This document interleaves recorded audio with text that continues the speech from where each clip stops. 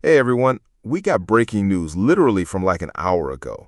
Iran just made Trump an offer to end this whole crisis. Hey guys, yeah, this just came out. So Iran says they'll open the Strait of Hormuz, that super important shipping route that's been closed for weeks, if the U.S. lifts its blockade. But there's a catch. There's always a catch. They want to postpone nuclear talks until later. And Trump said no. He rejected it, just flat out rejected it. This is a big deal because negotiations have basically stalled now. All right, so today we're breaking down what Iran proposed, why Trump rejected it, what the Strait of Hormuz actually is and why it matters, and what happens next in this whole crisis. Let's get into it. Okay, so first off, what exactly did Iran propose? Well, Iran sent a proposal through Pakistani mediators. Basically, they said, look, we'll reopen the Strait of Hormuz to all shipping if you lift your blockade on our ports.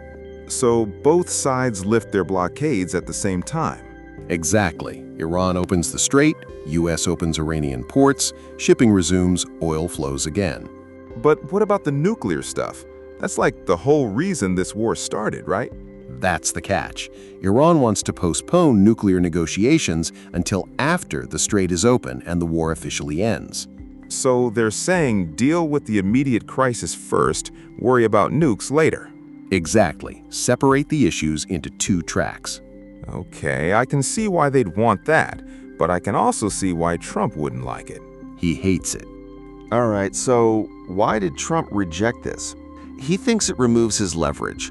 If he lifts the blockade and the war ends, what's Iran's incentive to actually negotiate on nuclear weapons? Oh, so they could just be like, thanks for opening the strait, but we're keeping our enriched uranium. Exactly. That's what Trump thinks will happen. He told reporters, quote, he doesn't love the proposal. That's the most Trump way to say he hates something. Continuing, Secretary of State Marco Rubio was more direct. He said Iran are very good negotiators and the U.S. needs to make sure any deal prevents them from sprinting towards a nuclear weapon. Understanding. So basically Trump wants nuclear concessions first before he lifts any blockades. Yep. He wants Iran to suspend uranium enrichment for like a decade and remove all their enriched uranium from the country. Dude, that's a huge ask. It's massive, and that's why negotiations are stuck. Okay, hold on. For people who don't know, what actually is the Strait of Hormuz and why does it matter so much? It's a narrow passage of water between Iran and Oman, only like 21 miles wide at its narrowest point. And in normal times, 20% of the world's oil passes through there, 1/5 of global oil supply. 20%? Plus a huge amount of liquefied natural gas. Basically, all the oil from Saudi Arabia, UAE, Kuwait, Iraq, it all goes through the Strait of Hormuz to get to the rest of the world. So when Iran closed it, global oil prices went through the roof, gas prices in America jumped, energy costs everywhere exploded. Is that why gas has been so expensive? A big part of it, yeah. The strait's been closed for like 3 weeks now. So this isn't just a Middle East problem. This affects everyone? Everyone. Australia, Japan, China, Europe, they all depend on that oil. That's why there's so much international pressure to reopen it. Wait, so Iran closed the Strait of Hormuz, but you mentioned the U.S. also has a blockade? Yeah, Trump announced a blockade on Iranian ports on April 13th, like 5 days after the ceasefire started. Hold on, after the ceasefire? Yep, ceasefire was April 8th. Trump waited a few days, then blocked all Iranian ports. Why would he do that during a ceasefire? Economic pressure. Iran makes most of its money from oil exports. If they can't ship oil out of their ports, their economy collapses. So it's leverage for the nuclear negotiations. Exactly. Trump's trying to squeeze Iran economically so they'll give up their nuclear program. But isn't that kind of violating the ceasefire? Iran thinks so. They called it a potential violation of the ceasefire. But the U.S. argues it's not a military action, just economic pressure. So both sides have blockades and both sides are blaming each other. Basically, yeah. I read something interesting. Apparently, Iran's leadership is divided on this? Yeah, this is important. Iran's foreign minister, Abbas Araghchi, basically told mediators there's no consensus inside Iran on how to handle the U.S. demands. What do you mean, no consensus? In Iran, some leaders want to make nuclear concessions to end the war and save the economy. Others refuse to give up any nuclear capability. So even if they wanted to accept Trump's terms, they might not be able to because their own government is split? Exactly. And remember, Iran's supreme leader was killed in the strikes. They just appointed his son as the replacement. Oh, so there's a whole leadership transition happening. It's messy. New leader, divided factions, economy collapsing, war going on. Iran's in crisis mode internally. Which is probably why they proposed postponing nuclear talks. They can't agree on that, but they can agree on opening the strait. Exactly. Bingo. Opening the strait is easy, just let ships through. Nuclear concessions require internal political consensus they don't have. So what happened with that meeting that got canceled? Trump's son-in-law Jared Kushner and Special Envoy Steve Witkoff were supposed to fly to Pakistan to meet with Iranian Foreign Minister Araghchi, but canceled it. He posted on Truth Social, quote, "Too much time wasted on traveling, too much work." An 18-hour flight just to sit there and argue? Trump literally said, quote, "I see no point of sending them on an 18-hour flight in the current situation. We can do it just as well by telephone." I mean, that's kind of fair, though. But it also signals Trump doesn't think the Iranians are serious. If he thought a deal was close, he'd send his guys. So canceling the meeting is like a diplomatic middle finger. Basically, Trump saying, "You want to talk, call us. We're not chasing you." What are other countries saying about all this? It's mixed. Countries that depend on Gulf oil, Japan, South Korea, Europe, they're desperate for the strait to reopen. Like how desperate?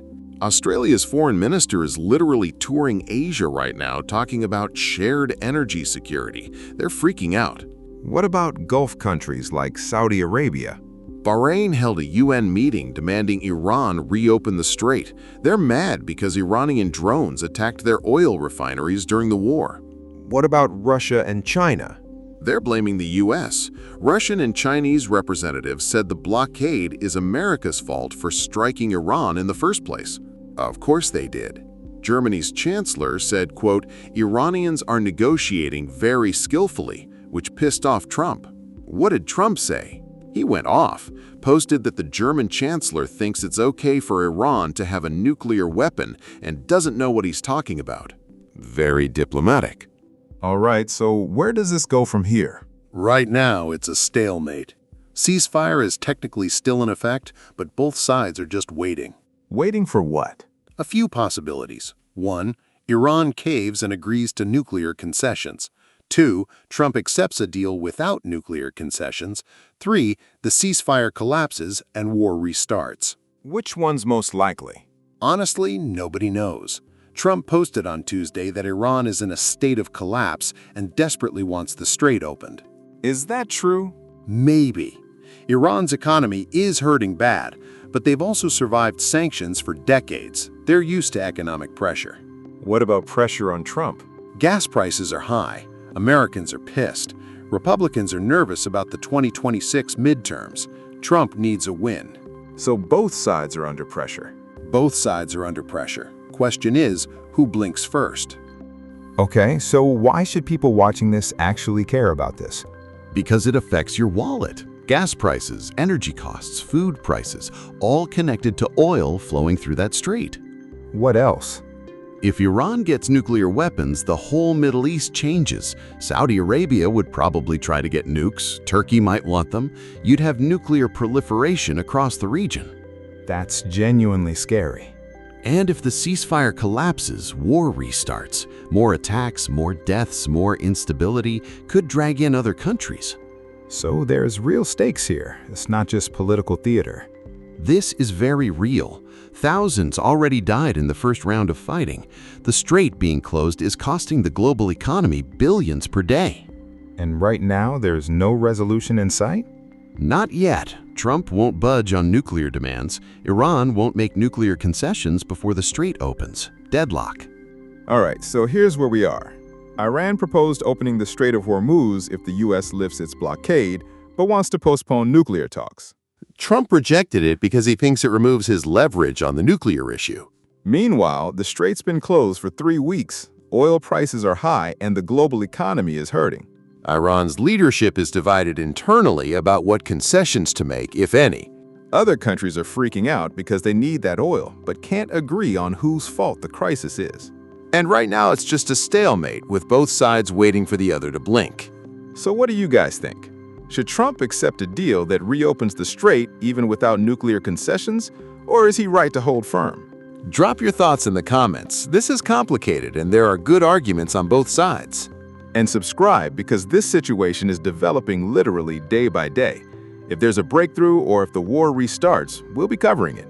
This could end peacefully, or it could get way worse. We just don't know yet. But either way, it's affecting your gas prices and the global economy, so it's worth paying attention to. All right, guys, that's it for today. Thanks for watching. We'll keep you updated. Peace.